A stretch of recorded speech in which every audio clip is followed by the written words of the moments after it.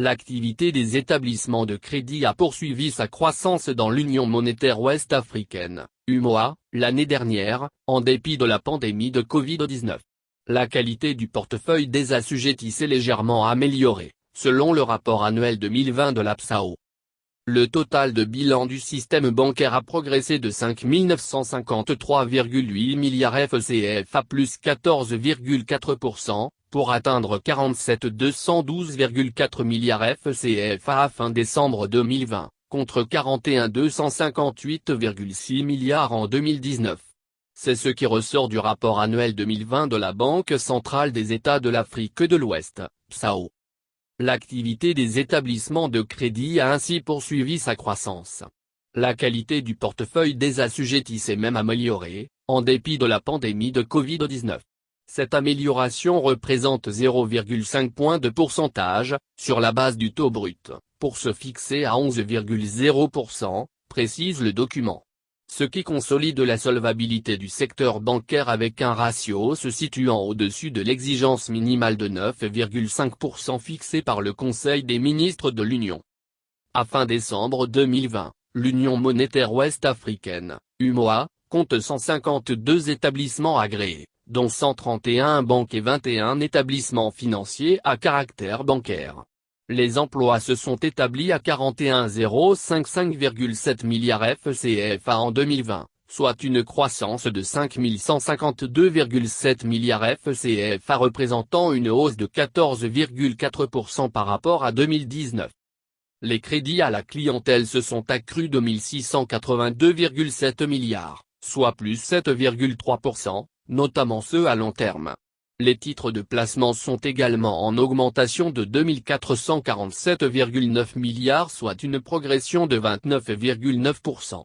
Les emplois bancaires sont composés à 59,9% de crédits à la clientèle et 40,1% par les autres emplois, contre respectivement 64,0% et 36,0% en 2019. Ressources en hausse. Suivant la même tendance, les ressources se situent à 38 333,4 milliards FCFA à fin décembre 2020, soit un accroissement de 5 203,7 milliards représentant une hausse de 15,7% par rapport à l'année antérieure. Cette progression émane notamment de la hausse concomitante des dépôts et emprunts plus 4 660,2 milliards, des fonds propres nets plus 409,0 milliards. Et des diverses autres ressources plus 134,6 milliards. La banque de détail reste dominante dans l'Union, les ressources sont constituées à 84,8% de dépôts de la clientèle, 10,8% de fonds propres nets et 4,4% des autres ressources.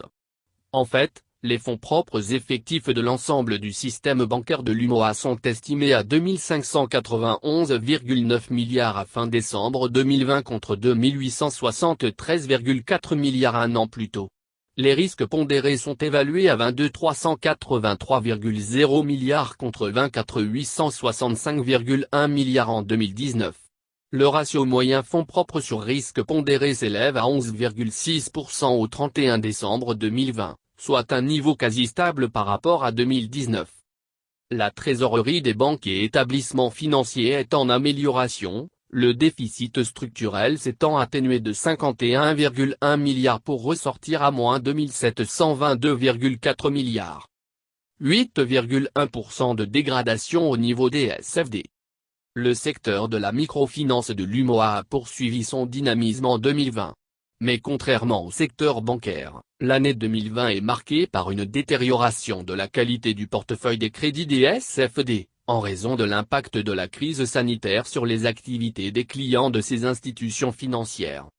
Les créances en souffrance sont ressorties à 133,9 milliards à fin décembre 2020 contre 96,4 milliards au 31 décembre 2019.